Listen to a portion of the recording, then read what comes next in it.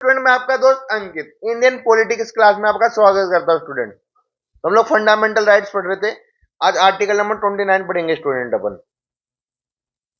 चलिए शुरू करते हैं स्टूडेंट।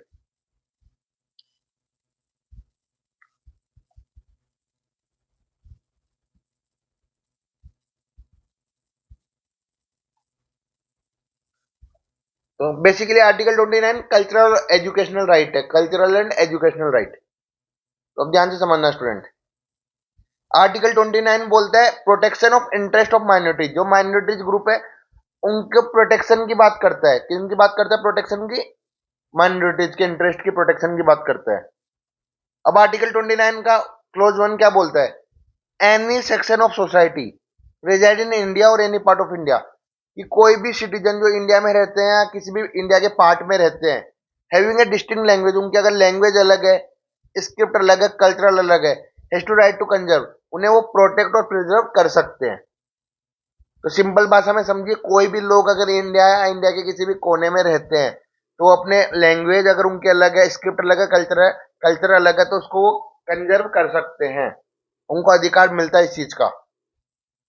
ये अप्लाई होता है किसी भी any section of the citizen, कोई माइनॉरिटी भी नहीं, कोई भी सेक्शन की बात कर रहा है ये जो सिटीजन है, वो अपनी आइडेंटिटी प्रोटेक्ट कर सकते हैं। यहाँ पे सिर्फ रिलीजन की बात नहीं हो रही है स्टूडेंट, वो language, script, tradition, custom, heritage को अपने कंजर्व कर सकते हैं। अब ध्यान से एक चीज पूछना, जो माइनॉरिटी वर्ड है ना स्टूडेंट, जो माइनॉरिटी वर्ड है वो कॉन्स्टिट्यूशन में डिफाइन नहीं है।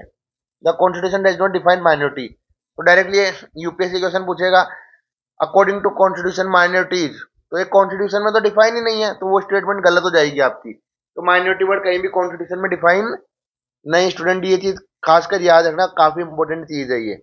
यहीं पे ट्रैप बनाता है यूपीएससी स्टूडेंट।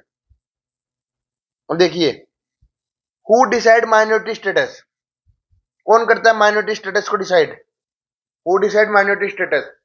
तो ये मैंने बोला कॉन्स्टिट्यूशन में डिफाइन नहीं है, तो उसके लिए अलग से कानून बनाओ, national commission for minorities act 1992।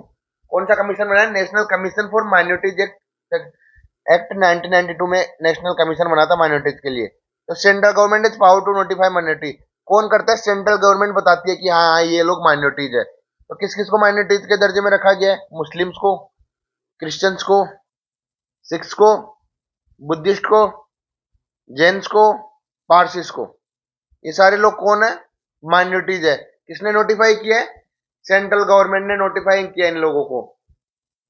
Muslim, Christian, Sikh, Buddhist, Jain and Parsi से सारे लोग कौन है? माइनॉरिटीज है। तो किस कौन से कानून में लिखा हुआ है? National commission for minorities act 1992। ये कॉन्स्टिट्यूशन में कहीं भी मेंशन नहीं है स्टूडेंट, ये याद रखना, ये चीज मैं बार बार बोल रहा हूँ आपको। कुछ स्टेट्स भी आइडेंटिफाई कर सकते हैं माइनॉरिटी को स्टेट लेवल पे, और ज्यादातर वो लिंग्विस्टिक बेसिस पे होता है। लिंग्विस्टिक बोले तो लैंग्वेज के बेसिस पे होता है स्टूडेंट। कुछ स्टेट्स के पास भी ये पावर दी गई है। अब आप जानते हो हिंदू माइनॉरिटी नहीं है, लेकिन बुद्धिस्ट, जैन, सिख वो एक माइनॉरिटी है। और आप जानते हो तो बुद्धिस्ट, जैन, सिख भी एक तरह से हिंदू में आते हैं, लेकिन वो माइनॉरिटीज के जैसे ट्रीट किए जाते हैं, जबकि हिंदू माइनॉरिटी नहीं है। तो आपको आर्टिकल 29 पूरा समझ में आ गया होगा स्टूडेंट। तो यहाँ पे 29 खत्म होता है अपना। तो ये बेसिकली अपन ने कल्चरल की बात करी है। भाई एजुकेशनल राइट की बात करेंगे आर्टिकल नंबर 30 में। इसमें बात करेंगे स्टूडेंट आर्टिकल 30 में। तो वो नेक्स्ट क्लास में कराऊंगा मैं। छोटी छोटी वीडियो आप जल्दी जल्दी कंप्लीट कर सकते हैं। लाइक कमेंट करिए, शेयर करिए, सब्सक्राइब करिए। डाउट आ रहा है तो स्टूडेंट कमेंट्स में पूछ सकते हैं, टेलीग्राम पे पूछ सकते हैं। लिंक टेलीग्राम का कहाँ पे मिलेगा आपको?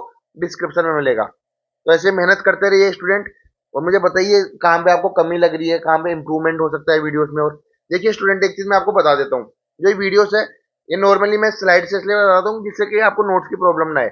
मैं बोर्ड पे बनाऊंगा वो वीडियो भी लंबी होगी, टाइम लगेगा, इसलिए मैं स्लाइड के थ्रू पढ़ाने की कोशिश कर रहा हूँ।